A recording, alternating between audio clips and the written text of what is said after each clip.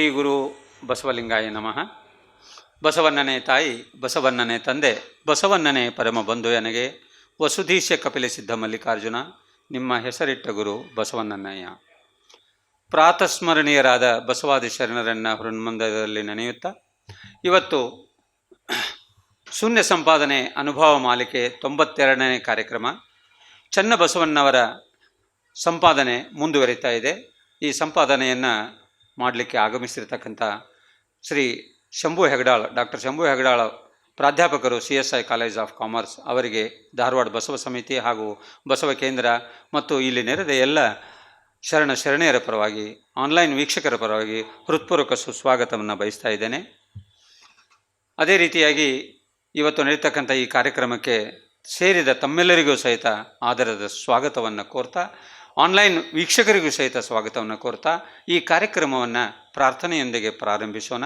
ಪ್ರಾರ್ಥನೆಯನ್ನು ಶ್ರೀ ಮನೀಷಾ ನೂಲಾ ಅವರು ನಡೆಸಿಕೊಡ್ಲಿಕ್ಕೆ ವಿನಂತಿ. ಎಮ್ಮವರು ಬೆಸಗೊಂಡರೆ ಶುಭ ಲಗ್ನವೆನ್ನಿರಯ್ಯ, ಎಮ್ಮವರು ಬೆಸಗೊಂಡರೆ ಶುಭ ಲಗ್ನವೆನ್ನಿರಯ್ಯ. ರಾಶಿಕೂಟ ಋಣ ಸಂಬಂಧ, ರಾಶಿಕೂಟ ಋಣ ಸಂಬಂಧ ಉಂಟೆಂದು ಹೇಳಿರಯ್ಯ. ಎಮ್ಮವರು ಬೆಸಗೊಂಡರೆ ಶುಭ ಲಗ್ನವೆನ್ನಿರಯ್ಯ. ಚಂದ್ರಬಲ ತಾರಾಬಲ, ಚಂದ್ರಬಲ ತಾರಾಬಲ ಉಂಟೆಂದು ಹೇಳಿರಯ್ಯ. ಎಮ್ಮವರು ಬೆಸಗೊಂಡರೆ ಶುಭ ಲಗ್ನವೆನ್ನಿರಯ್ಯ. ನಾಳಿನ ದಿನ ಕಿಂದಿನ ದಿನ ವೇಳೆ ಸೆಂದು, ನಾಳಿನ ದಿನ ಕಿಂದಿನ ದಿನ ವೇಳೆ ಸೆಂದು ಹೇಳಿರಯ್ಯ. ಕೂಡಲ ಸಂಗಮ ದೇವನ, ಕೂಡಲ ಸಂಗಮ ದೇವನ ಪೂಜಿಸಿದ ಫಲ ನಿಮ್ಮದಯ್ಯ, ಪೂಜಿಸಿದ ಫಲ ನಿಮ್ಮದಯ್ಯ. ಎಮ್ಮವರು ಬೆಸಗೊಂಡರೆ ಶುಭ ಲಗ್ನ ಎನ್ನಿರಯ್ಯ, ಶುಭ ಲಗ್ನ ಎನ್ನಿರಯ್ಯ. ಎಲ್ಲರಿಗೂ ಶರಣು ಶರಣಾರ್ಥಿ. ವಚನ ಪ್ರಾರ್ಥನೆಯನ್ನು ಸುಶ್ರಾವ್ಯವಾಗಿ ನಡೆಸಿಕೊಟ್ಟಂಥ ಶ್ರೀ ಮನೀಷಾ ನೂಲಾ ಅವರಿಗೆ ಅನಂತ ಶರಣಾರ್ಥಿ. ಈಗ ಶೂನ್ಯ ಸಂಪಾದನೆ ಅನುಭವ ಮಾಲಿಕೆ 92 ಚನ್ನಬಸವೇಶ್ವರ ಸಂಪಾದನೆ ಮುಂದುವರೆದ ಭಾಗ. ಕಳೆದ ವಾರ ಆ ಸಂಪಾದನೆ ಪ್ರಾರಂಭ ಆಗಿತ್ತು. ಅದನ್ನು ಮುಂದುವರಿಸಲಿಕ್ಕೆ ಡಾಕ್ಟರ್ ಶಂಭು ಹೆಗಡಾಳ್ ಅವರಲ್ಲಿ ವಿನಂತಿ ಮಾಡಿಕೊಳ್ತಾ ಇದ್ದೇವೆ. ಸರ್ವರಿಗೂ ಶರಣಾರ್ಥಿ. ಕಾಯದೊಳು ಗುರುಲಿಂಗ ಜಂಗಮದಾಯತವನರಿಯಲ್ಕೆ ಸುಲಭೋಪಾಯದಿಂದಿದರಿಟ್ಟು ಬಾಹ್ಯಸ್ಥಲಕ್ಕೆ ಕುರುಹಾಗಿ ದಾಯದೋರಿ ಸಮಸ್ತ ಭಕ್ತ ನಿಕಾಯವನ್ನು ಪಾವನವ ಮಾಡಿದ ರಾಯಪೂರ್ವಾಚಾರ್ಯ ಸಂಗನ ಬಸವ ಶರಣಾರ್ಥಿ. ಪ್ರಾತಸ್ಮರಣೀಯರಾದಂಥ ಬಸವಾದಿ ಶಿವಶರಣರನ್ನು ಹೃನ್ಮಂದಿರದಲ್ಲಿ ನೆನೆದುಕೊಂಡು ಎಲ್ಲ ದಾರ್ಶನಿಕರಲ್ಲಿ ಭಕ್ತಿಯಿಂದ ವಂದಿಸಿ, ಬಸವ ಸಮಿತಿ ಹಾಗೂ ಬಸವ ಕೇಂದ್ರದ ಎಲ್ಲ ಪದಾಧಿಕಾರಿಗಳಲ್ಲಿ, ಸದಸ್ಯರಲ್ಲಿ ನನ್ನ ಭಕ್ತಿಯ ನಮನಗಳನ್ನು ಸಲ್ಲಿಸಿ, ಈ ಆನ್ಲೈನ್ ಅರಿವಿನ ಮನೆಯ ಆಶ್ರಯದಲ್ಲಿ ಶೂನ್ಯ ಸಂಪಾದನೆ ಅನುಭವ ಮಾಲಿಕೆ 92ನೇ ಸಂಚಿಕೆಯಲ್ಲಿ ಆಗಮಿಸಿದಂಥ ಎಲ್ಲ ಮಾತೆಯರಿಗೆ, ಮಹನೀಯರಿಗೆ ಹಾಗೂ ಆನ್ಲೈನ್ ಮೂಲಕ ವೀಕ್ಷಣೆ ಮಾಡ್ತಕ್ಕಂಥ ಸರ್ವರಿಗೂ ನನ್ನ ಭಕ್ತಿಯ ಅನಂತ ಶರಣಾರ್ಥಿಗಳು. ಕಳೆದ ವಾರ ನಾವು ಚನ್ನಬಸವಣ್ಣನವರು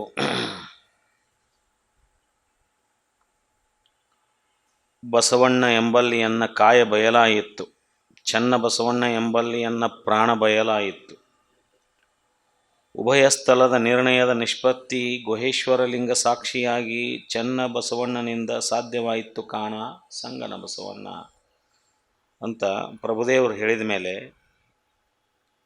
ಚಿಕ್ಕದಣ್ಣಾಯಕರ ಸ್ತೋತ್ರಮಂ ಮಾಡಲು, ಅಂದರೆ ಅವರು ಚನ್ನಬಸವಣ್ಣವ್ರನ್ನ ಹಾಗೂ ಬಸವಣ್ಣವ್ರನ್ನ ಇಬ್ಬರನ್ನೂ ಏಕಕಾಲಕ್ಕೆ ಸ್ತೋತ್ರ ಮಾಡಿದ ಮೇಲೆ ಅದಕ್ಕೆ ಉತ್ತರವಾಗಿ ಚನ್ನಬಸವಣ್ಣನವರು ಪ್ರಭುದೇವರನ್ನು ಸ್ತೋತ್ರ ಮಾಡಿದ ವಚನವನ್ನು ನಾವು ಆಲಿಸಿದ್ವಿ.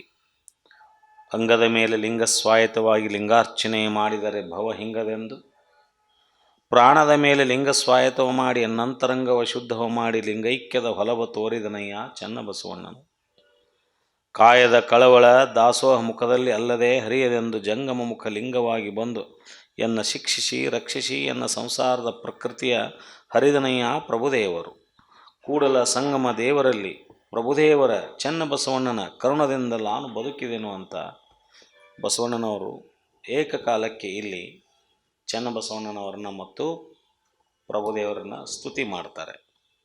ಈ ಸ್ತುತಿ ಮಾಡಿದ ಮೇಲೆ ಮತ್ತಂ ಬಸವರಾಜ ದೇವರು ಚಿಕ್ಕದಣ್ಣಾಯಕರ ಸ್ತೋತ್ರ ಮಾಡುವ ವಚನ.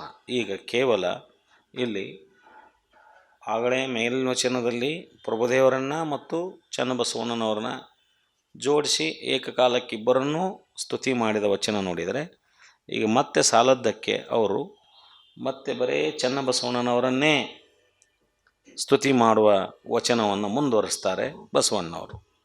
ಏನು ಮುಂದುವರಿಸಿದರು ಅವರು?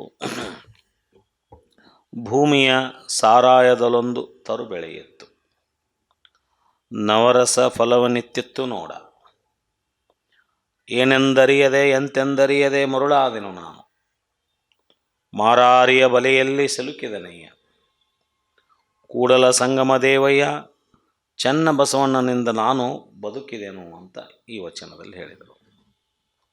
ಇಲ್ಲಿ ಭೂಮಿಯ ಸಾರದಲ್ಲೊಂದು ತರು ಬೆಳೆಯಿತ್ತು ಅಂದರೆ, ಸಾರ ಅಂದರೆ ಅದು ತತ್ವ ಅಂತಕ್ಕಂಥದ್ದು, ಅದು ಭೂಮಿ ತತ್ವ ಅಥವಾ ಪೃಥ್ವಿ ತತ್ವ. ಪೃಥ್ವಿ ಅಪ್ಪು ತೇಜು ವಾಯು ಅಂತ ಕರಿತೀವಲ್ಲ, ಅದು ಪೃಥ್ವಿ ತತ್ವ. ಈ ಪೃಥ್ವಿ ತತ್ವದ ಸತ್ವದಿಂದ ಸಾರಾಯದಲ್ಲೊಂದು ತರು ಬೆಳೆಯಿತ್ತು. ಮರ, ತರು ಅಂದರೆ ಮರ, ತರು ಮರಗಳಿದ್ದಿಲ್ಲ ಮರ.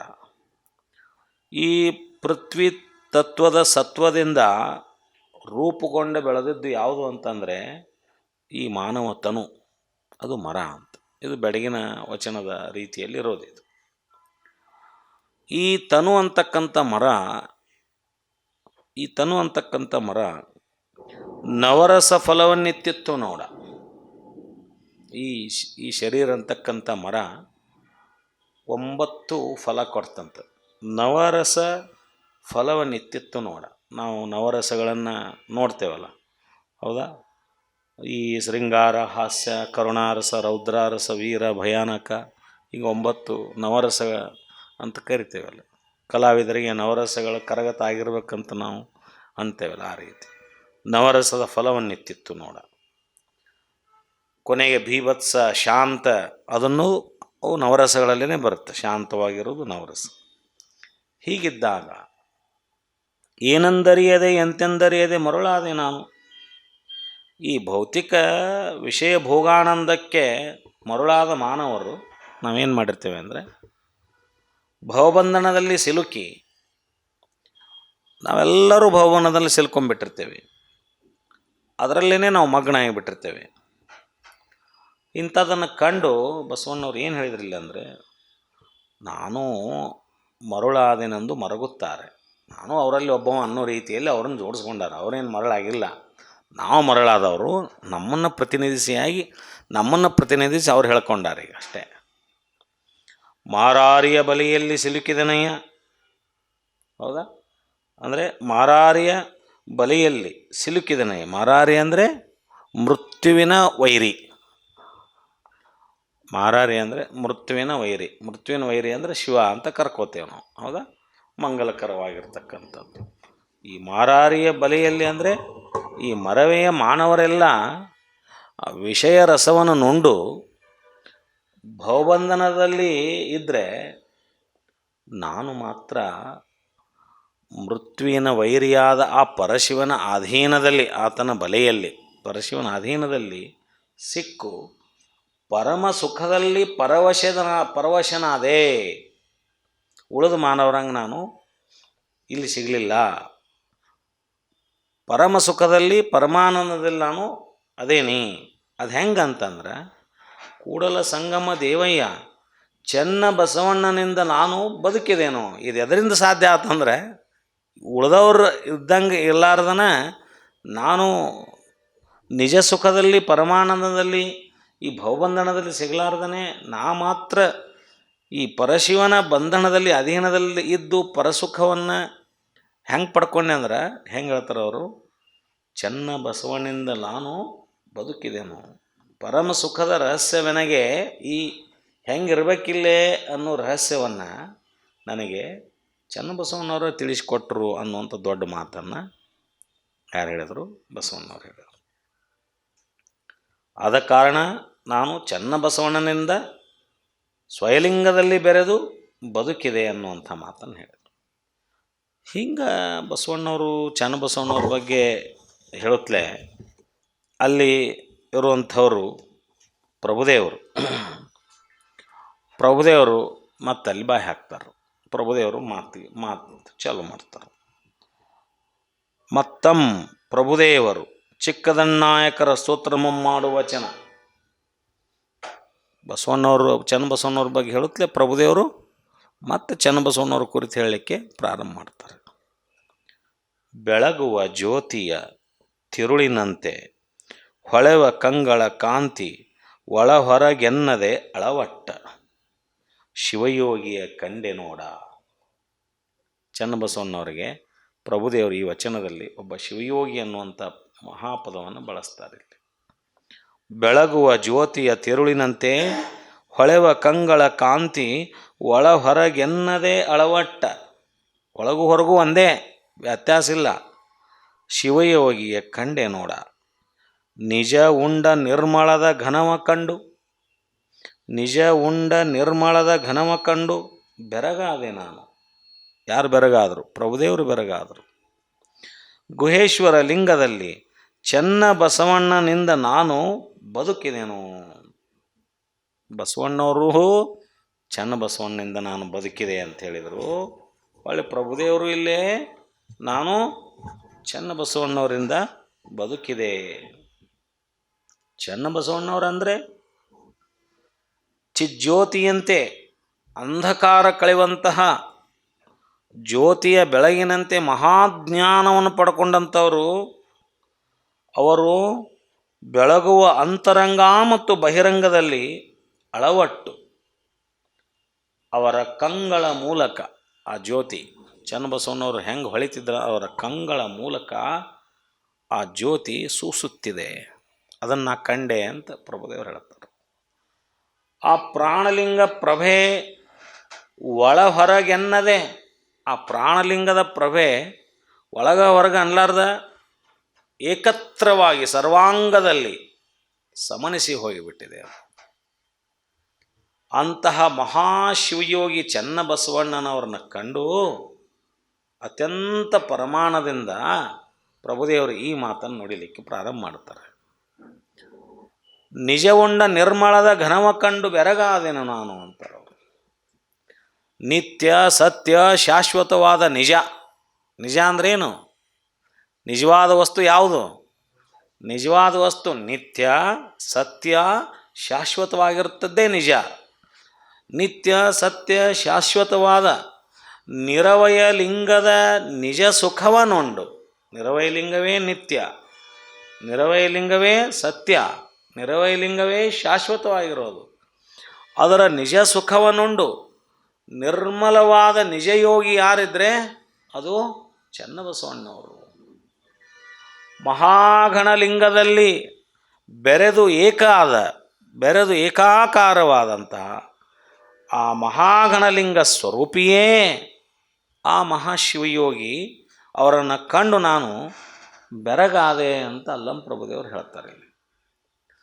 ಗುಹೇಶ್ವರ ಲಿಂಗದಲ್ಲಿ ಚೆನ್ನ ಬಸವಣ್ಣನಿಂದ ನಾನು ಬದುಕಿದೆನು ಅಂತ ಇಷ್ಟೆಲ್ಲ ಅವ್ರ ಬಗ್ಗೆ ಹೇಳಿ ನಾನು ಕೂಡ ಆ ಮಹಾಜ್ಞಾನಿ ಚನ್ನಬಸವಣ್ಣವರಿಂದನೇ ನಿತ್ಯ ಸತ್ಯ ನಿರವಯ ಲಿಂಗದಲ್ಲಿ ಬೆರೆವ ರಹಸ್ಯವನ್ನು ನಾನು ಅರಿದು ಅವರಿಂದನೇ ತಿಳ್ಕೊಂಡು, ನೀವು ಅಷ್ಟೇ ಅಲ್ರಿ ಬಸವಣ್ಣವರೇ, ನಾನು ಕೂಡ ಅದನ್ನು ಅವರಿಂದನೇ ಅರ್ಥಕೊಂಡು ಬೆರೆತು ಬದುಕಿದೆ ಅನ್ನುವಂಥ ಮಾತನ್ನು ಪ್ರಭುದೇವರು ಹೇಳ್ತಾರೆ ಚನ್ನಬಸವಣ್ಣವರು. ಅಂದರೆ ಆ ಕಾಲಘಟ್ಟದಲ್ಲಿ ಏಕಕಾಲಕ್ಕೆ 3 ಜನ ಏಕಕಾಲಕ್ಕೆ ಏಕ ಎತ್ತರವನ್ನು ಏರಿದಂಥವ್ರು. ನಾವು ಒಂದು ಕಾಲದಲ್ಲಿ ಒಬ್ಬೊಬ್ಬರನ್ನ ಕಾಣ್ತೇವೆ ಆ ಮಟ್ಟಕ್ಕೆ ಹೋದವ್ರನ್ನ.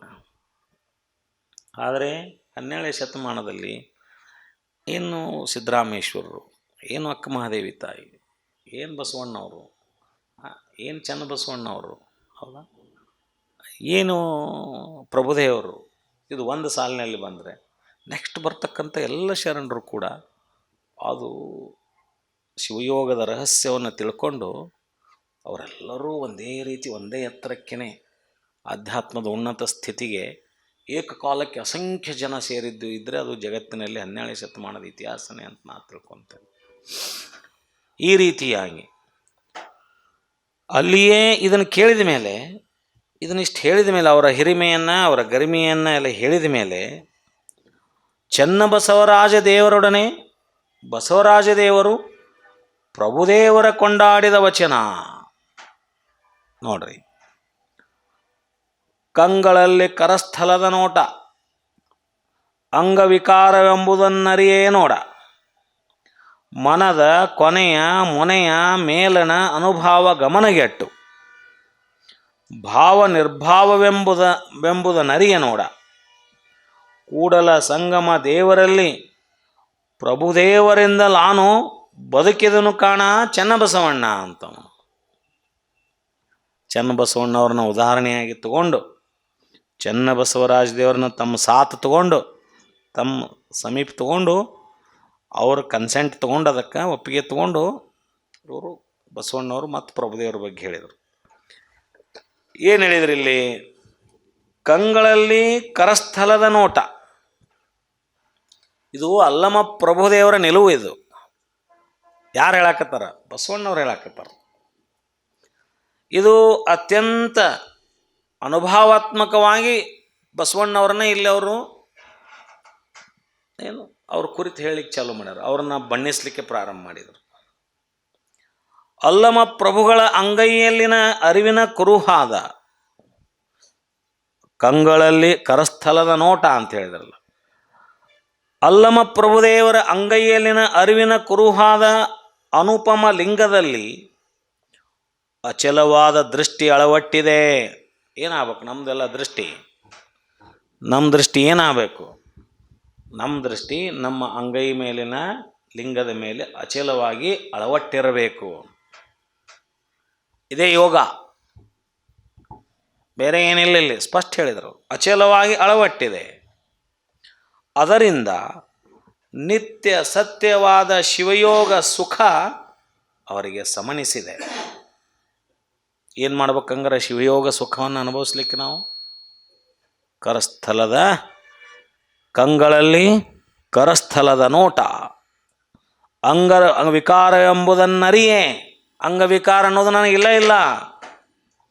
ಅಂಗದ ಅವಗುಣಗಳೆಲ್ಲ ಅಳಿದ ಕಾರಣ ಅಂಗವಿಕಾರವೆಂಬುದು ಅಲ್ಲಮ ಪ್ರಭುಗಳಿಗೆ ಇಲ್ಲವೇ ಇಲ್ಲ.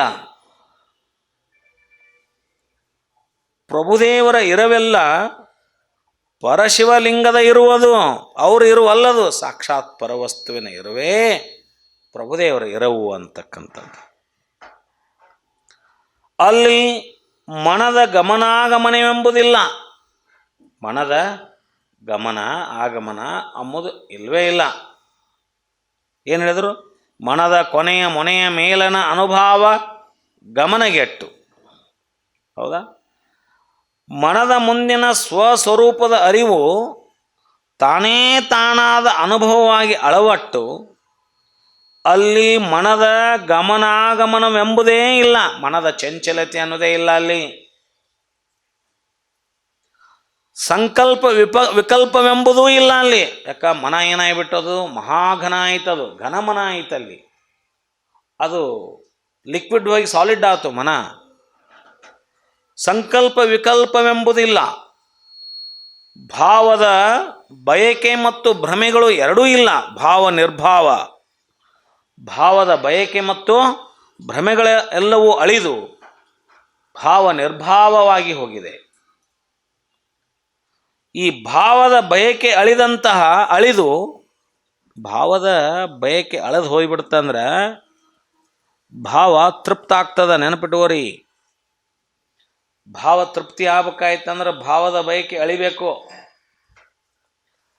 ಭಾವದಲ್ಲಿ ನಾವೇನಾದರೂ ಬಯಸಿದ್ದನ್ನು ಪಡೆದುಕೊಂಡಾಗ ಭಾವ ತೃಪ್ತಿ ಆಕತೆ ಅಂದ್ರೆ ಸುಳ್ಳು. ಬಯಸಿದ್ದು ಸಿಕ್ಕಾಗ ತೃಪ್ತಿ ಆಯ್ತಂದ್ರೆ ಅದು ಶಾಶ್ವತ ತೃಪ್ತಿ ಅಲ್ಲ. ಭಾವದ ತೃಪ್ತಿ ಯಾವಾಗ ಆಗ್ತದಂದ್ರೆ ಭಾವದ ಬಯಕೆ ಅಳಿಬೇಕು.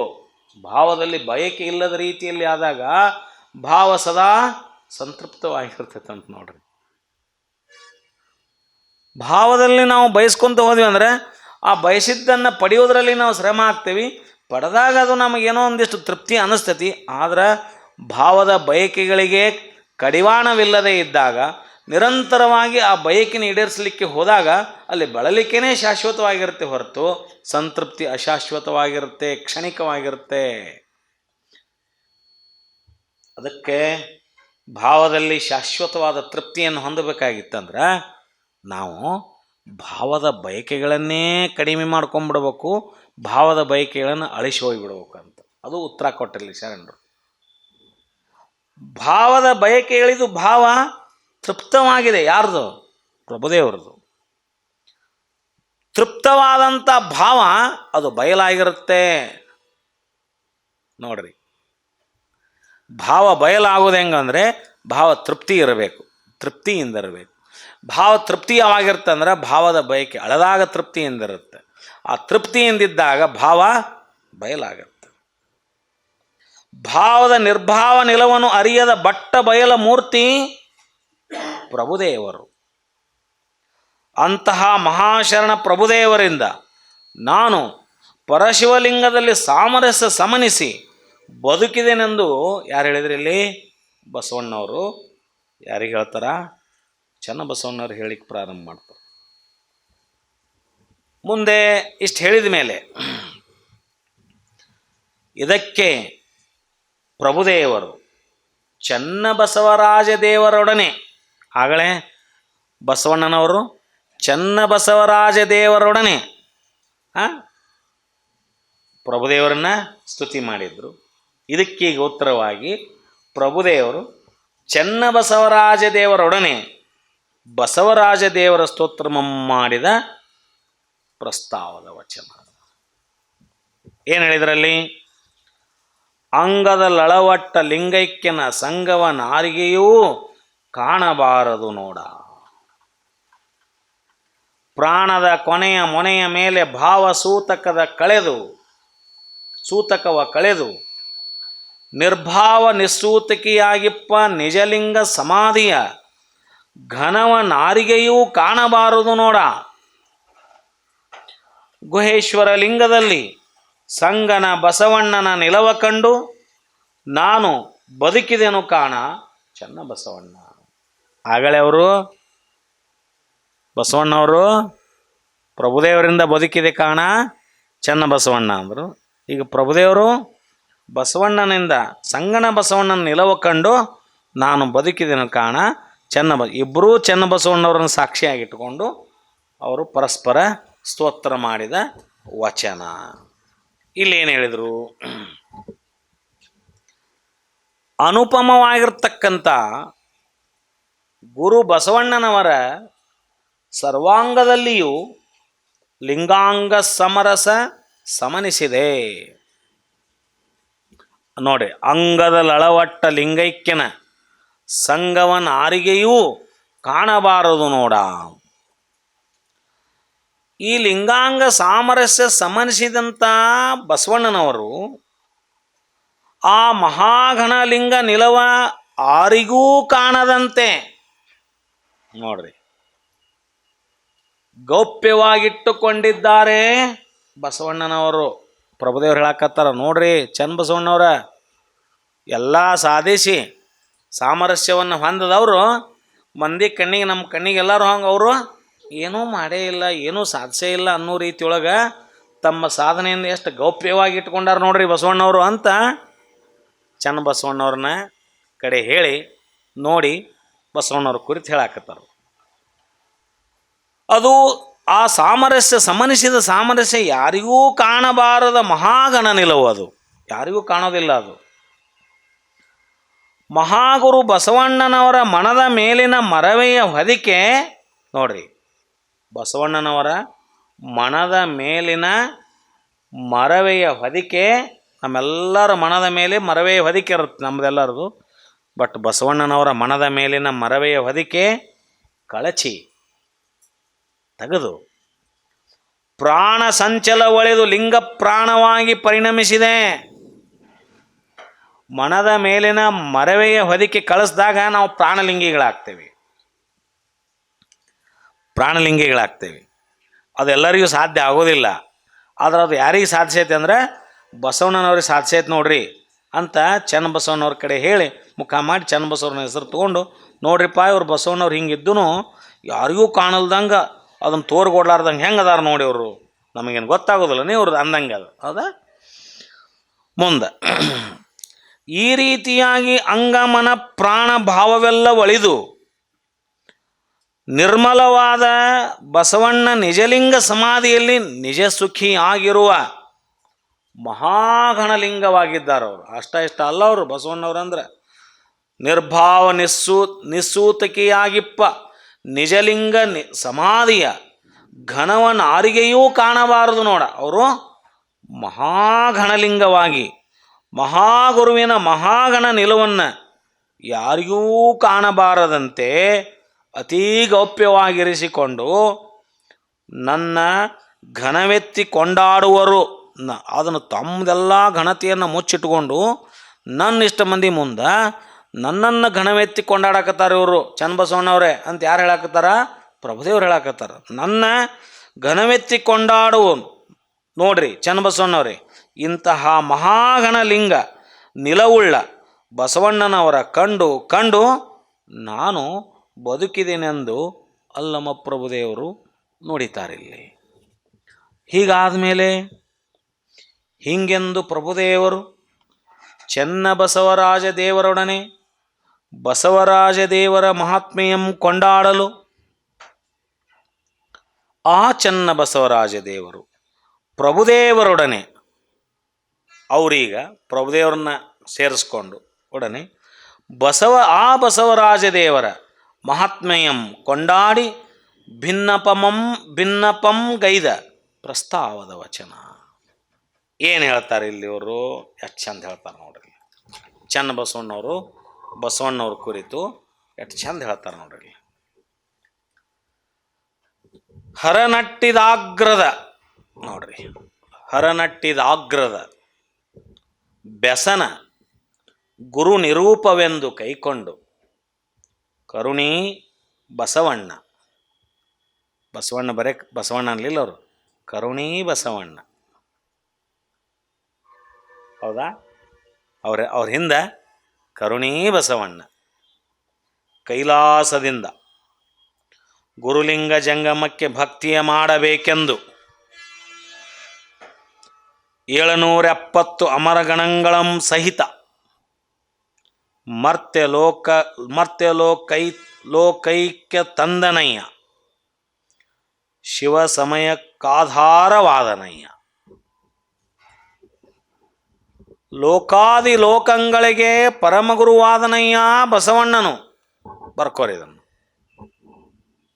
ಚನ್ನಬಸವಣ್ಣವರು ವ್ಯಾಖ್ಯಾನ ಇದು ಬಸವಣ್ಣವ್ರ ಕುರಿತು. ಲೋಕಾದಿ ಲೋಕಗಳಿಗೆ ಪರಮಗುರುವಾದನಯ್ಯ ಬಸವಣ್ಣನು. ಯಾರೇನ್ರಿ ಹೇಳ್ಕೊಳ್ರಕ್ಕ, ತಲೆ ಕೆಡಿಸ್ಕೋಬೇಡ ಹೌದಾ. ಪರಮಗುರು ಜಡರುಗಳ ಮನದ ಕತ್ತಲೆಯ ಕಳೆಯಬೇಕೆಂದು ಕಟ್ಟಿತ್ತು ಕಲ್ಯಾಣದಲ್ಲಿ ಮಹಾಮಠವು. ಪರಮನಟ್ಟಿದ ಓಲೆ ಬಂದಿಳಿಯಿತ್ತು ಬಿಜ್ಜಳನ ಸಿಂಹಾಸನದಲ್ಲಿ.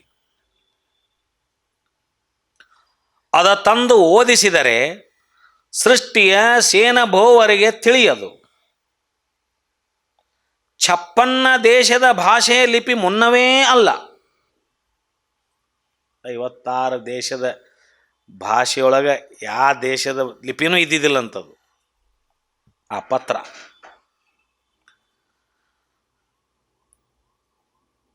ಇದನ್ನು ಓದಿದವರಿಗೆ ಬಿಜ್ಜಳ ಮಹಾರಾಜ ಅನೌನ್ಸ್ ಮಾಡ್ತಾನೆ, ಇದನ್ನು ಓದಿದವರಿಗೆ ಆನೆ, ಸೇನೆ, ಕುದುರೆ, ಭಾಂಡಾರ 66 ಕರಣಿಕರಿಗೆ ಮುಖ್ಯನ ಮಾಡುವೆನೆಂದು ಬಿಜ್ಜಳ ಭಾಷೆಯ ಕೊಡುತ್ತಿರಲು. ಇದನ್ನು ಯಾರು ಓದ್ತೀರಿ ಅವರಿಗೆ? ಆನೆ, ಸೇನೆ, ಕುದುರೆ, ಭಾಂಡಾರ ಬಹುಮಾನ ಘೋಷಣೆ ಮಾಡ್ತಾರೆ ಬಿಜ್ಜಳರ್ಸರು ಆ ಪತ್ರವನ್ನು ಓದಲಿಕ್ಕೆ, ತಾಮ್ರ ಪತ್ರವನ್ನು ಓದಲಿಕ್ಕೆ. ಅಷ್ಟ ಅಲ್ಲ, 66 ಕರ್ಣಿಕರು ಅವ್ರ ಕೈಯಾಗ, ಒಬ್ಬರ ಅಲ್ಲ, 66 ಕರ್ಣಿಕರಿಗೆ ಮುಖ್ಯ ಮಾಡಿ, ಅವ್ರನ್ನ ಮುಖ್ಯಸ್ಥರನ್ನು ಮಾಡಿ ಅವ್ರು ನೇಮಿಸ್ತೇನೆ ಅಂತ ಭಾಷೆ ಕೊಡ್ತಾನೆ ಬಿಜ್ಜಳರಸ.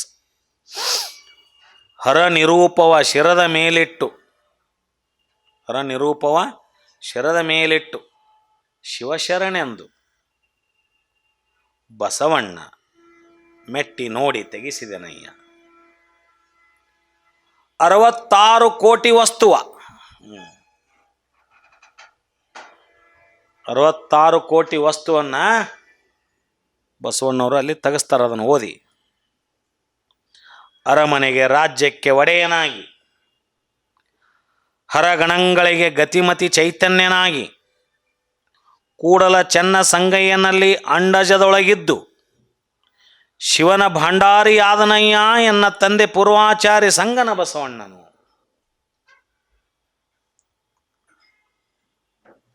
ಇದು ಚನ್ನಬಸವಣ್ಣವರು ಬಸವಣ್ಣನವ್ರನ್ನ ಕುರಿತು, ಅವರ ವ್ಯಕ್ತಿತ್ವವನ್ನು ಕುರಿತು ಹೇಳಿದಂಥ ಮಾತು. ಏನು ಹೇಳಿದ್ರಿ ಇಲ್ಲಿ? ಹರ ನಟ್ಟಿದ ಗ್ರಾಮ, ಹೌದಾ? ಹರ ಅಂದರೆ ಇಲ್ಲಿ ನಿರವಯ ನಿಷ್ಕಲಲಿಂಗ ಪರಶಿವ.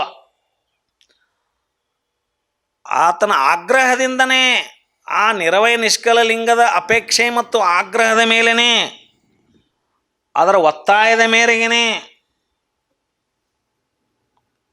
ಹೌದಾ, ಅವರ ಅಪ್ಪಣೆ ಪಡೆದು ಬೆಸ, ಹೌದಾ, ಕೈಲಾಸ ಅಂದರೆ ನಿತ್ಯ ನಿಜ ಸುಖದ ಸ್ಥಾನ. ಕೈಲಾಸ ಅಂದರೆ ನಿತ್ಯ, ಅದು ಕೈಲಾಸ ಅಂದ್ರೆ ನಾವು ಮತ್ತೆ ಮ್ಯಾಲ ಅವ್ರು ಅಲ್ಲ, ನಿತ್ಯ ನಿಜದ ಸುಖದ ಸ್ಥಾನ, ಅದು ನಿರವಯ ನಿಷ್ಕಲಲಿಂಗ ಅಂತ ಅರ್ಥ. ಇಲ್ಲಿ ಬಂದು ಅವರು ಹರನಟ್ಟಿದ ಗ್ರಾಮ, ಶಿವ ಸಮಯಕ್ಕೆ ಆಧಾರವಾದನಯ್ಯ. ಶಿವಸಮ ಅಂದ್ರೆ ಸರ್ವ ಸಮಾನತೆಯ ಸತ್ಯ, ಸದಾಚಾರ, ಸಂಸ್ಕೃತಿಗೆ ಆಧಾರ ಯಾರಾದ್ರಂದ್ರೆ ಬಸವಣ್ಣನವರಾದ್ರು. ಆ ನಿರವಯ ನಿಷ್ಕಲಲಿಂಗದ ಒತ್ತಾಸೆಯಂತೆ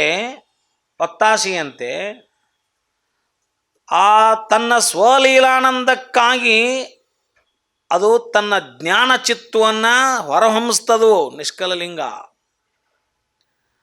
ಆ ಜ್ಞಾನ ಚಿತ್ತುವೇ ಬಸವಣ್ಣ ಅಂತ ಚನ್ನಬಸವಣ್ಣವ್ರು ಹೇಳಿದ್ರಿ. ಅದಕ್ಕೆ ಅವ್ರು ಏನಂದ್ರೆ ಇಲ್ಲಿ ವಚನ ಏನಂದ್ರು? ಹರನಟ್ಟಿದ ಆಗ್ರಹ ನಿಗ್ರಹದ ಬೆಸನ ಗುರು ನಿರೂಪವೆಂದು ಕೈಗೊಂಡು ಕರುಣಿ ಬಸವಣ್ಣ ಕೈಲಾಸದಿಂದ ನೋಡ್ರಿ ಬಂದರು, ಒತ್ತಾಸೆಯಿಂದ ಹೊರಹೊಮ್ಮಿ ಬಂದಂಥವ್ರು.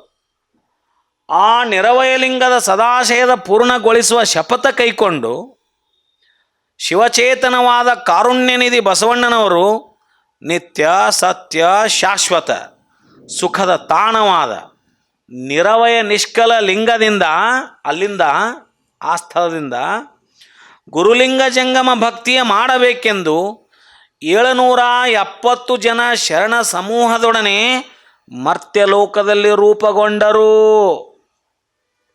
ಅವ್ರನ್ನ ಕರ್ಕೊಂಡ ಇಲ್ಲಿ ಬಂದಾರ ಅವರು ಅನ್ನೋ ಅರ್ಥ. ಅಂತಹ ನಿರವಯ ಲಿಂಗದ ಸಾಕಾರ ಸ್ವರೂಪಿಯಾದ ಬಸವಣ್ಣನವರು ಸರ್ವ ಸಮಾನತೆಯ ಸ್ವತಂತ್ರ ಸತ್ಯ ಸದಾಚಾರ ಶಾಂತಿಯ ಶಿವ ಸಂಸ್ಕೃತಿಗೆ ಆಧಾರವಾದರು, ಆಶ್ರಯವೂ ಆದರು. ಪ್ರಭುವೇ, ಅವ್ರು ಹೇಳ್ತಾರಲ್ಲಿ ಪ್ರಭುದೇವ್ರನ್ನ ನಳ್ಕೊಂಡು ಹೇಳ್ತಾರ ಅವರು ಏನಂತ. ಪ್ರಭುದೇವರಿಗೆ ಹೇಳಿದ್ರು ಅವರು ಗುರುಲಿಂಗ ಜಂಗಮ ಭಕ್ತಿಯ ಮಾಡಬೇಕೆಂದು 770 ಅಮರಗಣಗಳ ಸಹಿತ ಮರ್ತ್ಯಲೋಕಕ್ಕೆ ತಂದನಯ್ಯ, ಶಿವ ಸಮಯಕ್ಕಾಧಾರವಾದನಯ್ಯ, ಲೋಕಾದಿಲೋಕಗಳಿಗೆ ಪರಮಗುರುವಾದನಯ್ಯ ಬಸವಣ್ಣನು ಅಂತಕ್ಕಂಥ ಮಾತು. ಹಾಗಾಗಿ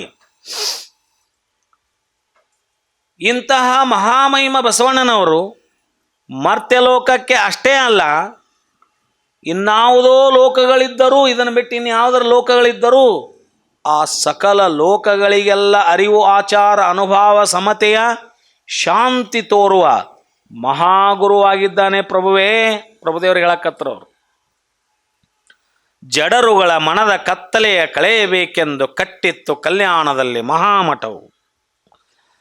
ಜಡಮತಿಗಳಾಗಿರ್ತಕ್ಕಂಥ ಮರವೆಯ ಮಾನವರ ಮನದ ಕತ್ತಲೆಯನ್ನು ಕಳಿಲಿಕ್ಕೇನೆ ಗುರು ಬಸವಣ್ಣನವರು ಕಲ್ಯಾಣದಲ್ಲಿ ಮಹಾಮನೆ ಎಂಬ ಮಠವನ್ನು ಕಟ್ಟಿದರು ಪ್ರಭುವೇ. ಅವ್ರ ಮಹಿಮೆಯನ್ನು ಹೇಳಕತ್ರಿ ಅವರು ಏನೇನು ಮಾಡಿದ್ರಿ ಇಲ್ಲಿ ಅಂತ. ಯಾಕೆ ಅವ್ರು ಹೊಸಬರಲ್ಲ, ಕಲ್ಯಾಣಕ್ಕೆ ಬಂದಾರ, ಹೇಳಬೇಕಲ್ಲ ಅದರ ಘಟನೆಗಳನ್ನು ಕೆಲವು. ಅಂತಹ ಮಹಾಮನೆಯಲ್ಲಿ ಶರಣರೆಲ್ಲ ಮಹಾದಾನಂದದಲ್ಲಿದ್ದರು. ಆಗ ಪರಶಿವನೇ ಕಳಿಸಿದಂತೆ ಒಂದು ಪತ್ರ, ಓಲೆ, ಒಂದು ಪತ್ರ ಬಂದಿತ್ತು. ಅಂದರೆ ಬಿಜ್ಜಳನ ಆಸ್ಥಾನದಲ್ಲಿ ಆ ಪತ್ರ ದೊರೆತಿತ್ತು. ಅದು ಅರಸನ ಸಿಂಹಾಸನದಲ್ಲಿಯೇ ದೊರೆತಿತ್ತು. ಆ ವಚನದಲ್ಲಿ ಹೇಳಿದರು ಅವರು, ಪರಮನಟ್ಟಿದ ಓಲೆ ಬಂದಿಳಿಯಿತ್ತು ಬಿಜ್ಜಳನ ಸಿಂಹಾಸನದಲ್ಲಿ, ಅದ ತಂದು ಓದಿಸಿದರೆ ಸೃಷ್ಟಿಯ ಸೇನೆ ಭೋವರಿಗೆ ತಿಳಿಯದು.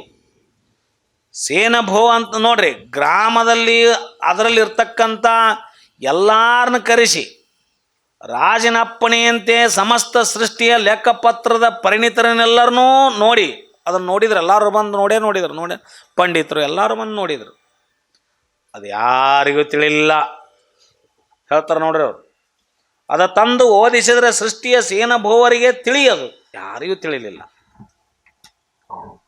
ಛಪ್ಪನ್ನ ದೇಶದ ಭಾಷೆಯ ಲಿಪಿ ಮುನ್ನವೇ ಅಲ್ಲ, ಏಕೆಂದರೆ ಅದು 56 ದೇಶದ ಭಾಷೆಯ ಲಿಪಿ ಅದು ಅಲ್ಲವೇ ಅಲ್ಲಾಗಿತ್ತು, ಅದು ಬೇರೆನೇ ಲಿಪಿನತ್ತು. ಅಷ್ಟೊಂದು ಅತಿ ಕಠಿಣ ಲಿಪಿಯಾಗಿತ್ತು.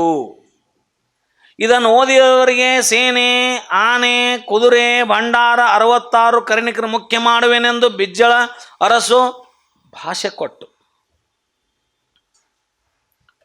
ಘೋಷಿಸಿಬಿಟ್ರು. ಅಂದಾಗಲೂ ಯಾರೂ ಮುಂದೆ ಬರಲಿಲ್ಲ ಓದಲಿಕ್ಕೆ. ಅಷ್ಟೆಲ್ಲ ಹೇಳಿದ ಮೇಲೆ ಆವಾಗ ಬಸವಣ್ಣನವರು ಅನಿವಾರ್ಯವಾಗಿ ಅಲ್ಲಿಂದ ಪರಶಿವನ ಅಪ್ಪಣೆಯ ಶಿರದ ಮೇಲೆ ಹೊತ್ತು ಶಿರವ ಶಿವಶರಣೆಂದು ನಮಿಸಿ ಆ ರಹಸ್ಯ ಲಿಪಿಯನ್ನು ಓದಿದರು ಮಹಾಗುರು ಬಸವಣ್ಣನವರು. ಆ ಘಟನೆಯನ್ನು ಅವರಿದ್ರೆ ಈ ವಚನದ ಮುಖಾಂತರ ವಿವರಿಸಾಕತ್ತಾರೆ ಅವರು. ತನ್ನ ಪಾದದಲ್ಲಿ ಮೆಟ್ಟಿ ನೋಡಿ ಇಲ್ಲಿ ಅಗೀರೆಂದು ಸೂಚಿಸಿ 66 ಕೋಟಿ ಅಮೂಲ್ಯ ವಸ್ತುಗಳನ್ನು ಹೊರತೆಗೆದಂಥವರು ಆ ಘಟನೆಯನ್ನು ಈ ವಚನದ ಮುಖಾಂತರ ಪ್ರಭುದೇವರಿಗೆ ವಿವರಿಸಾಕತ್ತಾರ ಅವರು. ಅದರಿಂದ ಅರಸನ ಅರಮನೆಗೆ, ರಾಜ್ಯಕ್ಕೆಲ್ಲ ಬಸವಣ್ಣನೇ ಒಡೆಯನಾದ. ಅರಮನೆಗೆ, ರಾಜ್ಯಕ್ಕೆ ಒಡೆಯನಾಗಿ, ಹರಗಣಗಳಿಗೆ ಗತಿಮತಿ ಚೈತನ್ಯನಾಗಿ, ಇತ್ತ ಶಿವಪದಕ್ಕೆ ಒಡೆಯನಾಗಿ, ಶರಣ ಸಮೂಹಕ್ಕೆಲ್ಲ ಆಶ್ರಯವಾಗಿ, ಅವರ ಮನದ ಮತಿಗೆ ಅರಿವಿನ ಚೈತನ್ಯವಾದನು ಬಸವಣ್ಣನು. ಚನ್ನಬಸವಣ್ಣರು ಹೇಳಕ್ಕೆ ಕೂಡಲ ಚೆನ್ನ ಸಂಗಯ್ಯನಲ್ಲಿ ಅಂಡಜದೊಳಗಿದ್ದು ಶಿವನ ಭಂಡಾರಿಯಾದನಯ್ಯ ಎನ್ನ ಹೆತ್ತ ತಂದೆ ಪೂರ್ವಾಚಾರಿ ಸಂಗನ ಬಸವಣ್ಣನು. ಈ ರೀತಿಯಾಗಿ ನಿರವಯ ನಿಷ್ಕಲ ಲಿಂಗ ಶಿವಸ್ವರೂಪಿ ಬಸವಣ್ಣನವರು ಸಾಕಾರ ಸ್ವಸ್ವರೂಪವು ತಳೆದು ಅಂಡಾಕೃತಿಯ ಬ್ರಹ್ಮಾಂಡದೊಳಗಿದ್ದು ನಿರವಯ ಶಿವನ ಭಂಡಾರಿಯೂ ತಾನಾದನು. ಇಂತಹ ಘನಮಹಿಮೆಯನ್ನು ಶಿವಜನ್ಮವ ಹೆತ್ತ ತಂದೆ ಪೂರ್ವಾಚಾರಿ ಸಂಗನ ಬಸವಣ್ಣನ ಘನವ ಇಂಥವುದು ಪ್ರಭುವೇ. ಅವರ ಘನ ಎಷ್ಟು ಹೇಳ್ಯಾನು, ಅವ್ರು ಇಂಥವರು ಅನ್ನುವಂಥ ಮಾತನ್ನು, ಬಸವಗುರುವಿನ ಮಹಿಮೆಯನ್ನು ಪ್ರಭುದೇವರಿಗೆ ಅವರು ಅರುಹುತ್ತಾರೆ. ಅರುಹಿದಾಗ ಅಷ್ಟಕ್ಕೆ ನಿಲ್ಲೋದಿಲ್ಲ, ಮತ್ತೆ ಕಂಟಿನ್ಯೂ ಮಾಡ್ತಾರೆ ಅವರು. ಏನು ಮಾಡಿದರು? ಭಕ್ತಿ ಮತ್ತಂ ಭಕ್ತಿಯ ಕುಳಸ್ಥಳವ ಮರ್ತ್ಯ ಲೋಕದಲ್ಲಿ ಹರಹಲೆಂದು, ಮತ್ತೆ ಅದಕ್ಕೆ ಬಂದರು ಅವರು. ಭಕ್ತಿಯ ಕುಳಸ್ಥಳವ ಮರ್ತ್ಯ ಲೋಕದಲ್ಲಿ ಹರಹಲೆಂದು ಬಂದನಯ್ಯ ಬಸವಣ್ಣನು. ಆಚಾರದ ಶಿವಾಚಾರದ ಮುಂದಣ ಕನ್ನಡಕವ ಕಳೆದು ಕರತಳಾಮಳಕವ ಮಾಡಿದನಯ್ಯ ಬಸವಣ್ಣನು. ಪರವಾದಿ ಬಿಜ್ಜಳನು ವರೆಗಲ್ಲ ಹಿಡಿದು ಶಿವಭಕ್ತಿಯ ಸಂಪಾದನೆಯ ಮಾಡುವಲ್ಲಿ 36 ಕೊಂಡೆಯರ ಪರಿಹರಿಸಿ ಶಿವಾಚಾರದ ಧ್ವಜವನ್ನೆತ್ತಿಸಿದನಯ್ಯ ಬಸವಣ್ಣನು. ಕೂಡಲ ಚೆನ್ನ ಸಂಗಮ ದೇವರಲ್ಲಿ ಬಸವಣ್ಣನ ನಿಲವ ಹೊಗಳುವರೇ ಎನ್ನಳವಲ್ಲ ನಿನ್ನಳವಲ್ಲ ಕೇಳ ಪ್ರಭುವೇ. ಏನು ಹೇಳೋದೈತಿ ಬಸವಣ್ಣವ್ರ ಕುರಿತು? ಅದು ನನಗೂ ಅಸಾಧ್ಯ ನಿನಗೂ ಅಸಾಧ್ಯ ಅಂತ ಹೇಳಿಬಿಟ್ರು ಅವ್ರು ಪ್ರಭುದೇವರಿಗೆ. ಯಾರು? ಚನ್ನಬಸವಣ್ಣವ್ರು. ಅದು ಎನ್ನಳವಲ್ಲ ನಿನ್ನಳವಲ್ಲ ಕೇಳ ಪ್ರಭುವೇ ಅಂತ. ಎದಕ್ಕೆ ಕಳಿಸಿದ್ರು ಅವರು? ಭಕ್ತಿಯ ಕುಲಸ್ಥಳವ ಮರ್ತ್ಯಲೋಕದಲ್ಲಿ, ಅಂದರೆ ಕುಲಸ್ಥಳ ಅಂದ್ರೆ ಮೂಲ ರಹಸ್ಯ, ಭಕ್ತಿಯ ಮೂಲ ರಹಸ್ಯವನ್ನು, ಭಕ್ತಿ ಅಂದ್ರೆ ಏನು ಅನ್ನೋದು ವ್ಯಾಖ್ಯಾನ, ಹೊಸ ವ್ಯಾಖ್ಯಾನ ಬರೆದವ್ರು ಬಸವಣ್ಣವ್ರು ಅಂತ. ಭಕ್ತಿ ಅಂದ್ರೆ ಏನಂದ್ರೆ ಅದು ಬಸವಣ್ಣವ್ರನ್ನ ನೋಡ್ಬೇಕು, ಬಸವಣ್ಣವ್ರು ಹೇಳಿದ್ದೆ ಅವ್ರು ನಡೆದಂಗೆನೇ ನಡಿಬೇಕು. ಭಕ್ತಿಗೆ ಇನ್ನೊಂದು ರೂಪ ಯಾವುದಂದ್ರೆ ಬಸವಣ್ಣವರೇ ಅನ್ನೋ ರೀತಿಯಲ್ಲಿ ಭಕ್ತಿಯ ಕುಲಸ್ಥಳವ ಮರ್ತ್ಯಲೋಕದಲ್ಲಿ ಹರಹಲೆಂದು ಬಂದನಯ್ಯ ಬಸವಣ್ಣನು. ಭಾವುಕ ಭಕ್ತರು ಮಾಡುವ ಭಿನ್ನ ಭಾವದ ಭಕ್ತಿಯ ನತಿಗಳೆದು. ಭಾವುಕ ಭಕ್ತಿ ತುರಗಡ ತನ್ನ ನಿಜ ಸ್ವರೂಪವ ತಾನರಿದು ತನ್ನ ತಾನರ್ಚಿಸಿಕೊಳ್ಳುವ ಬಗೆ. ಅಲ್ಲಿವರೆಗೆಲ್ಲರೂ ಹೊರಗೆ ದೇವರನ್ನ ಕಂಡು ತಮ್ಮ ಭಕ್ತಿಯನ್ನು ತೋರಿಸುವಂಥದ್ದು ಬಗೆ ಇತ್ತಲ್ಲ, ಪ್ರಥಮದಲ್ಲಿ ಮರ್ತದಲ್ಲಿ ತನ್ನನ್ನೇ ತಾನು ಅರ್ಚಿಸಿಕೊಳ್ಳುವ ಬಗೆಯನ್ನು ನೋಡ್ರಿ ಹೆಂಗೈತಿ. ಅದಕ್ಕೆ ಹೇಳ್ತಾರೆ ಅವರು, ಭಿನ್ನ ಭಾವದ ಭಕ್ತಿಯ ನತೆಗಳೆದು ದ್ವೈತ. ಹೌದಾ? ನಾನು ಬೇರೆ ಶಿವ ಬೇರೆ ಅನ್ನುವಂಥ ಭಿನ್ನ ಭಾವದ ಭಕ್ತಿಯ ನತೆಗಳೆದು ತನ್ನ ನಿಜ ಸ್ವರೂಪವ ತಾನೇ ಅರಿತುಕೊಂಡು, ಭಕ್ತನ್ನವ ತಾನೇ ಅರಿತುಕೊಂಡು ತನ್ನ ತಾನರ್ಚಿಸಿಕೊಳ್ಳುವ ಅಭಿನ್ನ ಭಾವದ ಶಿವಾದ್ವೈತ ಭಕ್ತಿಯ, ಇದು ಶಿವಾದ್ವೈತ ಭಕ್ತಿ, ಇದು ನಮಗೆ ತೋರಿಸಿದ್ದು. ಮರ್ತ್ಯಲೋಕದಲ್ಲಿ ಪಸರಿಸಬೇಕೆಂಬ ಮಹಾನ್ ಉದ್ದೇಶ ಇಟ್ಟುಕೊಂಡನೇ ಆ ನಿರವಯ ಶಿವನು ಬಸವನಾಮದಿಂದ ಬಂದನು ಮರ್ತ್ಯಕ್ಕೆ. ಎದಕ್ಕೆ ಬಂದ್ರೆ ಅವರು? ಮೂಲ ಉದ್ದೇಶ ಭಕ್ತಿಯ ರಹಸ್ಯವನ್ನು ಪಸರಿಸಲಿಕ್ಕೆ, ತಿಳಿಸ್ಲಿಕ್ಕೆ. ಅದಕ್ಕೆ ಭಕ್ತಿ ಕುಳಸ್ಥಳವ ಮರ್ತ್ಯಲೋಕದಲ್ಲಿ ಹರಹಲೆಂದು ಬಂದನಯ್ಯ.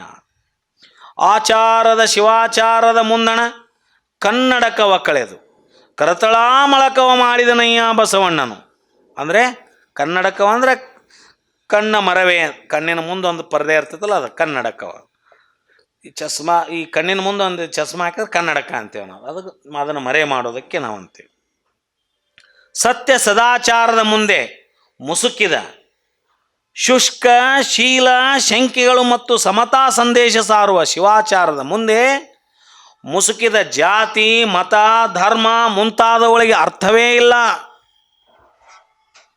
ನಾವೆಲ್ಲಿ, ಆ ನಿಲುವೆಲ್ಲಿ ನಾವಿನ್ನೂ ಮತ್ತು ಜಾತಿ ಮತ್ತು ಧರ್ಮದ ಸಂಕೋಲೆ ಕಟ್ಕೊಂಡೆ ನಾವು ಇಲ್ಲೇ ಬಡ್ದಾಡಕತ್ತೇವೆ. ಅದನ್ನು ಮೀರಿ ಭಕ್ತಿ ಅಂದರೆ ಏನು ಅನ್ನೋದನ್ನು ಶಿವಾದ್ವೈತ ರಹಸ್ಯವನ್ನು ತಿಳಿಸ್ಲಿಕ್ಕೆ ಬಂದರು. ವಿಷಮಾಚಾರಗಳೆಂಬ ಅರಿವಿನ ಮರವೆಯ ಕಳೆದು ಆ ಅರಿವಿನ ಕುರುಹನು ಅಂಗದಲ್ಲಿ ಆಚಾರವಾಗಿರಿಸಿ ಅಂಗೈಲಿನ ನೆಲ್ಲಿಕಾಯಿಯಂತೆ ಅಂಗೈ ಲಿಂಗವಾಗಿರಿಸಿದ ಮಹಾಗುರು ಬಸವಣ್ಣ. ಪರವಾದಿ ಬಿಜ್ಜಳನು ವರೆಗಲ್ಲ ಹಿಡಿದು ಶಿವಭಕ್ತಿಯ ಸಂಪಾದನೆಯ ಮಾಡುವಲ್ಲಿ ಇದಲ್ದನ ಇದರ ನಡ್ನಡ್ಕ ಬಿಜ್ಜಳರಸ ಇವರ ಭಕ್ತಿಯನ್ನು ವರೆಗಲಿಗೆ ಹೆಚ್ಚಿ ಪರೀಕ್ಷೆ ಮಾಡ್ತಿದ್ನಂತ. ಅರಿವಿನ ಕುರುವನ್ನು ಕೈಯ ಅಂಗೈಯಲ್ಲಿ ಇಟ್ಕೊಂಡು ಅರ್ಚಿಸಿ ಆನಂದಿಸಿ ಆಚರಿಸ್ಕೊಂತ ಬಸವಣ್ಣವ್ರು ತಮ್ಮ ಪಾಡಿಗೆ ತಾವಿರುವಾಗ ಈ ಭಿನ್ನ ಭಾವಿ ಬಿಜ್ಜಳದನಲ್ಲ ಅವ ಮತ್ತು ನಾ ಬೇರೆ ದೇವರು ಬೇರೆ ಅನ್ನೋ ಭಾವದೊಳಗಿದ್ದಂಥ ಬಿಜ್ಜಳರಸ ಇವರು ತಮ್ಮನ್ನೇ ತಾವು ಅರ್ಚಿಸಿಕೊಂಡು ಶಿವಾದ್ವೈತ ಭಾವದಲ್ಲಿರ್ತಕ್ಕಂಥ ಬಸವಣ್ಣವ್ರಿಗೆ ಹೆಜ್ಜೆ ಹೆಜ್ಜೆಗೂ ಅಭಿನ್ನ ಭಕ್ತಿಯನ್ನು ಹೊರಗಿಕ್ಕೆ ನೋಡುತ್ತಿದ್ದನು ಸದಾ. ಒಂದೊಂದು ಕಾಟನ ಇತ್ತಂದಂಗೆ ಇವು ಕಾಲಕ್ಕೆ ಇದೇನಿದು ಹೊಸಾದಂತ ಇದನ್ನು ಹೊರಗಲ್ಲಿ ಹಚ್ಚಿ ಬಿಜ್ಜಳರಸ ನೋಡೇ ನೋಡ್ತಿದ್ದ. ದೋಷಗಳ ಸಂಗ್ರಹಿಸುವ ಹವ್ಯಾಸ ಮಾಡುತ್ತಿದ್ದ. ಇದನ್ನು ಮಾಡುವಾಗ ಏನಾರು ಒಂದು ತಪ್ಪು ತಡಿಯಾಕ ಅವ್ನು ನೋಡೋಣ ಅಂತಂದ ಕಾಯ್ಕೊಂತ ಕುಂದಿರ್ತಿದ್ದ. ಬ್ಯಾಡಾಗಿತ್ತಂದ್ರೆ ನಾವು ಅವ್ರು ತಪ್ಪು ಮಾಡೋದನ್ನು ನೋಡ್ತಿರ್ತೇವೆ. ಹಂಗೆ ಕಾಯ್ಕೋತ ಕುದುರ್ತಿದ್ದ. ಇಂತಹ ಸ್ಥಿತಿಯಲ್ಲಿ 36 ಪರಿಯ ಚಾಡಿಗಳನ್ನು ಮಲಿನ ಮನದವರು, ಕೊಂಡೆಯರಿದ್ರಲ್ಲ 36 ಮಂದಿ, ಹೌದಾ, ಮನದವರು ಮಹಾರಾಜನಲ್ಲಿ ಚಾಡಿಯನ್ನು ಸದಾವಕಾಲ ಬಿತ್ತರಿಸ್ತಿದ್ರು. ಇದಲ್ದನ ಮತ್ತು ಮೊದಲ ಸಂಶಯದಾಮಿದ್ದ, ಮೊದಲ ಇವ್ರನ್ನ ಪರೀಕ್ಷೆ ಮಾಡ್ಕೊತಿದ್ದ. ಅಂಥದ್ರಾಗ ಅವ್ರು 36 ಮಂದಿ ಕೂಡ್ಕೊಂಡು ಹಂಗೆ ದಿವಸ ಬಿಜ್ಜಳರಸನ್ನು ತಲೆ ತಿಂತಿದ್ರು. ಅವನೆಲ್ಲವನ್ನೂ ಬಸವಣ್ಣವರು ಶಾಂತಿ ಸೈರಣೆಯಿಂದಲೇ ಸಮಂಜಸವಾಗಿ ಪರಿಹರಿಸಿ, ಅವರ ಸಂಶಯಗಳನ್ನು, ಅವರ ಶಂಕೆಗಳನ್ನು ಸಮಂಜಸವಾಗಿ ಪರಿಹರಿಸಿದ. ಸಮತೆಯ ಶಾಂತಿಯ ಸಾರುವ ಶಿವಾಚಾರ ಧ್ವಜವ ಬಾಣೆತ್ತರಕ್ಕೇರಿಸಿ ಮೆರೆದವನು ನಮ್ಮ ಬಸವಣ್ಣ, ಮಹಾಗುರು ಬಸವಣ್ಣ ಅಂತ ಚನ್ನ ಬಸವಣ್ಣವ್ರು ಪ್ರಭುದೇವರಿಗೆ ಹೇಳಕತ್ತಾರೆ ಆ ಎಲ್ಲ ಘಟನೆಗಳನ್ನು. ಮುಂದೆ ಹೇಳ್ತಾರ, ಕೂಡಲ ಚೆನ್ನ ಸಂಗಮ ದೇವರಲ್ಲಿ ಬಸವಣ್ಣನ ನಿಲವ ಹೊಗಳುವರೇ ಎನ್ನಳವಲ್ಲ ನಿನ್ನಳವಲ್ಲ ಕೇಳ ಪ್ರಭುವೇ. ಇಂಥ ಮಹಾಘನ ಮಹಿಮ ಮಹಾಗುರು ಬಸವಣ್ಣನವರ ನಿಲುವನ್ನು ಬಣ್ಣಿಸುವುದು ಅದು ಮಾತು ಮನಗಳಿಗೆ ಮೀರಿದ ವಸ್ತು, ಅದು ಮಹಾಘನ ವಸ್ತು.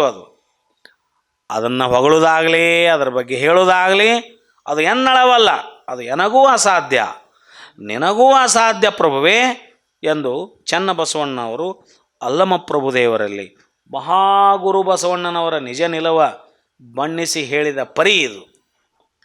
ಇಂತಹ ಅವರ ನಿಲುವನ್ನು ಹೇಳಿದ ಮೇಲೆ ಮತ್ತಂ ಆ ಪ್ರಸ್ತಾವದಳು ಹಾಡಿದ ಪದಂಗಳು ಇಷ್ಟಕ್ಕೆ ನಿಲ್ಲಿಲ್ಲ. ಅವರು ಅದಕ್ಕೊಂದು ಪದ್ಯನ ಬರೆದು ಬಿಡ್ತಾರೆ. ಯಾರ ಬಗ್ಗೆ? ಬಸವಣ್ಣವ್ರ ಬಗ್ಗೆ.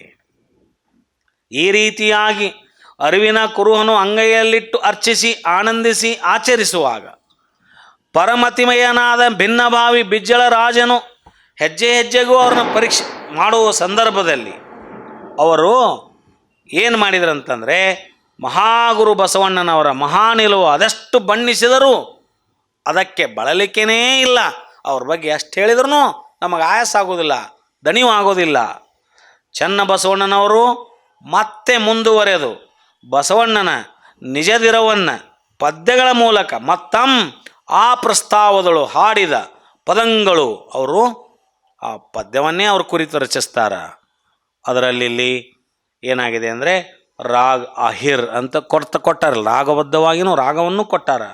ಇಲ್ಲಿ ಅವರು 5 ಸ್ಟಾಂಜಾ 1 2 3 4 5 ಇದ್ರ ಹಂಗೆ ಓದಿ ಬಿಡ್ತೇನೆ ಅಷ್ಟೇ. ನಾನು ಆಚಾರ ದುಂದುಬಿಯ ನಾನೇನೆಂದು ಉಪಮಿಸುವೆ, ಆಚಾರ ದುಂದುಬಿಯ ನಾನೇನೆಂದು ಉಪಮಿಸುವೆ, ಬೆಳಗಿನೊಳಗೆ ತೊಳಗುತ್ತಲಿರ್ದುದು ಆಚಾರ, ಬೆಳಗಿನೊಳಗನೆ ತೊಳಗುತ್ತಿದ್ದು ಆಚಾರ. ಇದು ಪಲ್ಲವಿ. ಅರಿವಿನ ಆಚರಣೆಯ ತೇರಿನ ಹೇಳುತ್ತಲಿರ್ದುದು ಭೇದಾಭೇದದ ಮಹಾಗಣದ ಆಚಾರ. ಸ್ಫಟಿಕದ ಗಿರಿಯ ತಟದಲ್ಲಿರ್ದರೆ ಘಟ ಹೊಳೆದೊಳ ಹೊರಗೆನ್ನದೆ, ನೋಡ್ರಿ, ಹೊರಗೆನ್ನದೆ ಪರುಷದ ಗಿರಿಯ ಕಡಿಯಲೆಂದು ಹೋದರೆ ಹಿಡಿದುಳಿ ಕೊಡತಿ ಪರುಷವಾದ ಬಳಿಕ ಮತ್ತಾಚಾರ.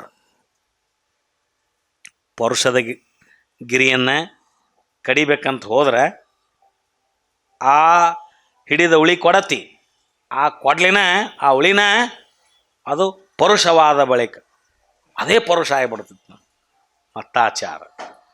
ಮಾಣಿಕವ ಹಿಡಿದವನ ಕೈ ಸೆಕೆ ಹತ್ತುವುದೇ ಲಿಂಗ ಜಂಗಮ ಪ್ರಸಾದವೆಂದರಿದಂಗಾಚಾರ.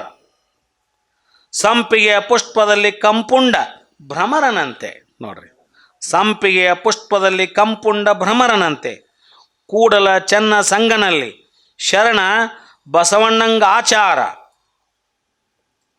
ಶರಣ ಬಸವಣ್ಣಂಗಾಚಾರ ಅಂತಕ್ಕಂಥ ಪದ್ಯವನ್ನು ಬಸವಣ್ಣವ್ರ ಕುರಿತು ಹೇಳಿ ಮತ್ತವ್ರು ಸ್ತೋತ್ರ ಮಾಡ್ತಾರೆ. ಮತ್ತೇನು ಸ್ತೋತ್ರ ಮಾಡಿದರು ನೋಡ್ರಿ. ನಚ್ಚು ಬಿಚ್ಚದೆ ಮನದಲ್ಲಿ ಅಚ್ಚುವಂತಿದ್ದಿತ್ತು ಲಿಂಗವೆನ್ನದು ಜಂಗಮವೆನ್ನದು ಪ್ರಸಾದವೆನ್ನದು ಅದು ತನ್ನಲ್ಲಿ ತಾನಾಗಿ ತಾನೇ ಭರಿತನು ಕೂಡಲ ಚೆನ್ನ ಸಂಗಯ್ಯ ನಿಮ್ಮ ಶರಣ ಬಸವಣ್ಣನ ನಿಲವನ್ನುಪಮಿಸಬಾರದು. ಏನು ಹೇಳಿಬಿಟ್ರು ಅವರು ಅಂತಂದರೆ, ಮಹಾಗುರು ಬಸವಣ್ಣನವರ ಭಕ್ತಿ ಬರೀ ಬಾಹ್ಯ ಭಿನ್ನ ಭಕ್ತಿ ಅಲ್ಲ, ಭಾವುಕ ಭಕ್ತಿ ಅಲ್ಲ, ನಿತ್ಯಲಿಂಗದಲ್ಲಿ ಬಿಚ್ಚಿ ಬೇರಾಗದಂತಹ ಭಕ್ತಿ ಅದು. ಮನದಲ್ಲಿ ಅಚ್ಚೊತ್ತಿದಂತೆ ಯಾವತ್ತೂ ಶಾಶ್ವತವಾಗಿ ನೆಲೆಗೊಂಡಂಥ ಭಕ್ತಿ. ಆ ಮಹಾಮನವು ಮಹಾಗಣಲಿಂಗದಲ್ಲಿ ಬೆರೆದು ಏಕವಾಗಿದೆ. ಅದು ಲಿಂಗವೆಂಬುದು ತನ್ನಿಂದ ಭಿನ್ನವೆಂದು ಭಾವಿಸಡೆನೇ ಇಲ್ಲ, ಬೇರೆ ಅಂತಿಲ್ಲ ಇಲ್ಲ. ಜಂಗಮವೂ ತನ್ನಿಂದ ಭಿನ್ನವೆಂದು ಭಾವಿಸಿಲ್ಲ, ಲಿಂಗವೂ ತನ್ನಿಂದ ಭಿನ್ನವೆಂದು ಭಾವಿಸಿಲ್ಲ ಬಸವಣ್ಣ. ಜಂಗಮವೂ ತನ್ನಿಂದ ಭಿನ್ನ ಅಂತ ಭಾವಿಸಿಲ್ಲ, ಲಿಂಗವೂ ತನ್ನಿಂದ ಭಿನ್ನ ಅಂತ ಭಾವಿಸಿಲ್ಲ, ಪ್ರಸಾದವೂ ತನ್ನಿಂದ ಭಿನ್ನವೆಂದು ಭಾವಿಸೆಡೇ ಇಲ್ಲ. ಆ ಬಸವ ನಿಲವು ತನ್ನಲ್ಲಿ ತಾ ಬೆರೆದು ತಾನೇ ಮಹಾಘನವಾಗಿ ನಿಂದ ನಿಲವು ಆದ ಕಾರಣ ಪರಶಿವನೇ ನಿಮ್ಮ ನಿಜದಲ್ಲಿ ನಿಂದ ಬಸವಣ್ಣನ ನಿಲವ ಮಾತು ಮನಗಳೆಂದು ಉಪಮಿಸಿ ಹೇಳುವುದು ಅಸಾಧ್ಯವೆಂದು ಅದು ತನ್ನಲ್ಲಿ ತಾನೇ ಭರಿತನು. ಕೂಡಲ ಚೆನ್ನ ಸಂಗಯ್ಯ ನಿಮ್ಮ ಶರಣ ಬಸವಣ್ಣನ ನಿಲವನ್ನು ಉಪಮಿಸಬಾರದು, ಅದನ್ನು ಇನ್ಯಾರಿಗೂ ಉಪಮಿಸಿ ಹೇಳಲಿಕ್ಕೆ ಅಸಾಧ್ಯ ಅನ್ನುವಂಥ ಮಾತನ್ನು ಚೆನ್ನ ಬಸವಣ್ಣವರು ಬಸವ ಮಹಾಗುರುವಿನ ಮಹಾ ನಿಲುವನ್ನು ನಿರೂಪಿಸ್ತಾರೆ. ಈಗ ಹೇಳಿದ ಮೇಲೆ ಅವರು ಈ ರೀತಿ ಅವ್ರು ಹೇಳಿದ ಮೇಲೆ ಇಂತೂ ಚಿಕ್ಕದಣ್ಣಾಯಕರು ಪ್ರಭುದೇವರೊಡನೆ ಬಸವರಾಜದೇವರ ಮಹಾತ್ಮೆಯ ಸ್ತೋತ್ರಮಂ ನೋಡ್ರಿ, ಪ್ರಭುದೇವ್ರನ್ನ ಜೋಡಿಸ್ಕೊಂಡು ಇಲ್ಲಿ ತನ ಅವರು ಬಸವಣ್ಣವ್ರನ್ನ ಈ ರೀತಿ ಸ್ತೋತ್ರ ಮಾಡಿ ಸ್ತೋತ್ರಮುಖದಿಂ ಕೊಂಡಾಡಲು ಆ ಪ್ರಭುದೇವರು ಚೆನ್ನಬಸವರಾಜ ದೇವರೊಡನೆ, ಮತ್ತು ಪ್ರಭುದೇವರು ಸುಮ್ಮಿದ್ರಲ್ಲ, ಚೆನ್ನಬಸವರಾಜ ದೇವರೊಡನೆ ಆ ಬಸವರಾಜ ದೇವರ ಮಹಾತ್ಮೆಯಂ ಕೊಂಡಾಡಿ ಹೇಳಿದ ಪ್ರಸ್ತಾವದ ವಚನ. ಈಗ ಪ್ರಭುದೇವರು ಚೆನ್ನಬಸವಣ್ಣವ್ರ ಜೋಡಿ ಕೂಡಿ ಮತ್ತು ಪ್ರಭುದೇವರು ಬಸವಣ್ಣವ್ರ ಬಗ್ಗೆ ಏನು ಹೇಳ್ತಾರೆ ಅನ್ನೋದನ್ನು ನಾವು ಮುಂದಿನ ವಾರ ನೋಡೋಣ. ಸರ್ವರಿಗೂ ಶರಣಾರ್ಥಿ. ಶ್ರೀ ಗುರು ಬಸವಲಿಂಗಾಯ ನಮಃ. ಎಲ್ಲರಿಗೆ ಭಕ್ತಿಪೂರ್ವಕ ಅನಂತ ಶರಣಾರ್ಥಿಗಳು. ಇದುವರೆಗೆ ಡಾಕ್ಟರ್ ಶಂಭೆ ಅಗಡಾಳ್ ಅವರು ಶೂನ್ಯ ಸಂಪಾದನೆ ಅನುಭವ ಮಾಲಿಕೆ 92 ಚನ್ನಬಸವಣ್ಣ ಸಂಪಾದನೆ ಮುಂದುವರೆದ ಭಾಗ ಕುರಿತು ಶಿವಯೋಗ ಸಾಧನೆಯ 3 ಮಹಾನ್ ಶಕ್ತಿಗಳು ಇನ್ನೊಬ್ಬರ ಆ ಮಹಿಮೆಯನ್ನು ಕೊಂಡಾಡೋದನ್ನು ಅತ್ಯಂತ ನಾವೆಲ್ಲ ಮೈಮರೆತು ಕೇಳುವಂತೆ ಭಕ್ತಿಯಿಂದ ಮೈಮರೆತು ಕೇಳುವಂಥ ಉಪನ್ಯಾಸವನ್ನು ನೀಡಿದ್ದಾರೆ. ಅವರಿಗೆ ಬಸವ ಸಮಿತಿ ಬೆಂಗಳೂರು, ಕಲಬುರಗಿ, ಧಾರವಾಡ ಮತ್ತು ಬಸವೈಕ್ಯ ಧಾರವಾಡದಿಂದ ಅನಂತ ಶರಣಾರ್ಥಿಗಳು. ಅದೇ ರೀತಿ ಇಲ್ಲಿ ನೆರೆದ ಹಾಗೂ ಅಂತರ್ಜಾಲ ತಾಣದಲ್ಲಿ ವೀಕ್ಷಿಸಿದ ಎಲ್ಲ ಶರಣರ ಪರವಾಗಿ ಅನಂತ ವಂದನೆಗಳು. ಬಸವ ಬಸವ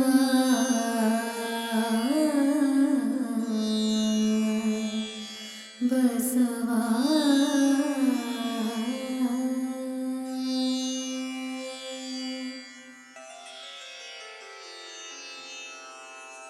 ಹರ ಬಸವಾಯ ನಮಃ, ಪ್ರಭು ಬಸವಾಯ ನಮಃ, ಗುರು ಬಸವಾಯ ನಮಃ, ಲಿಂಗ ಬಸವಾಯ ನಮಃ, ಜಂಗಮ ಬಸವಾಯ ನಮಃ, ಭಸ್ಮ ಬಸವಾಯ ನಮಃ, ರುದ್ರಾಕ್ಷಿ ಬಸವಾಯ ನಮಃ, ಮಂತ್ರ ಬಸವಾಯ ನಮಃ, ಪಾದೋದಕ ಬಸವಾಯ ನಮಃ, ಪ್ರಸಾದ ಬಸವಾಯ ನಮಃ, ಚಿನ್ನಿಧಿ ಬಸವಾಯ ನಮಃ, ಚಿನ್ನಾದ ಬಸವಾಯ ನಮಃ, ಚಿದ್ಬಿಂದು ಬಸವಾಯ ನಮಃ, ಚಿತ್ಕಲ ಬಸವಾಯ ನಮಃ, ಚಿದಂಗ ಬಸವಾಯ ನಮಃ,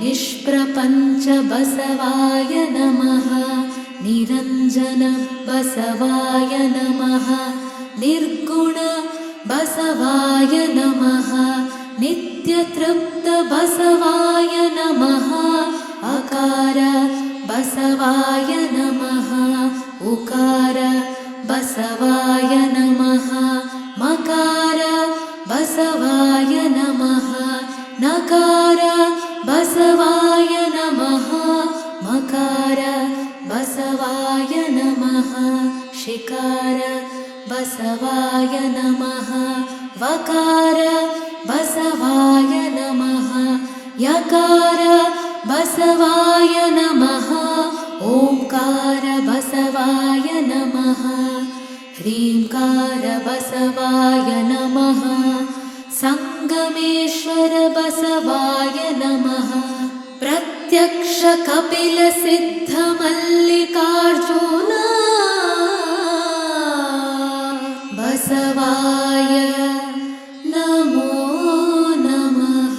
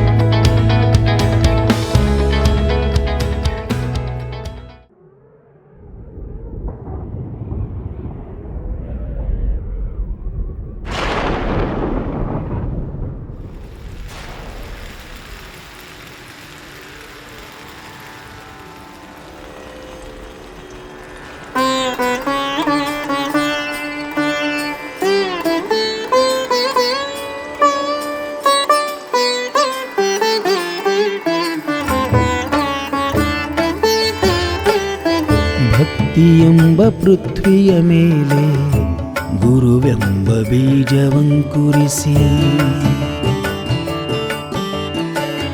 ಭಕ್ತಿಯೆಂಬ ಪೃಥ್ವಿಯ ಮೇಲೆ ಗುರುವೆಂಬ ಬೀಜವಂಕುರಿಸಿ, ಲಿಂಗವೆಂಬ ಎಲೆಯಾಯಿತು, ಲಿಂಗವೆಂಬ ಎಲೆಯಾಯಿತು, ಲಿಂಗವೆಂಬ ಎಲೆಯ ಮೇಲೆ ವಿಚಾರವೆಂಬ ಹೂವಾಯಿತು, ಲಿಂಗವೆಂಬ ಎಲೆಯ ಮೇಲೆ ವಿಚಾರವೆಂಬ ಹೂವಾಯಿತು, ಆಚಾರವೆಂಬ ಕಾಯಾಯಿತು, ಆಚಾರವೆಂಬ ಕಾಯಾಯಿತು, ನಿಷ್ಪತ್ತಿಯೆಂಬ ಹಣ್ಣಾಯಿತು, ನಿಷ್ಪತ್ತಿಯೆಂಬ ಹಣ್ಣಾಯಿತು, ನಿಷ್ಪತ್ತಿಯೆಂಬ ಹಣ್ಣು ತೊಟ್ಟು ಬಿಟ್ಟು ಕಳಚಿ ಬೀಳುವಲ್ಲಿ,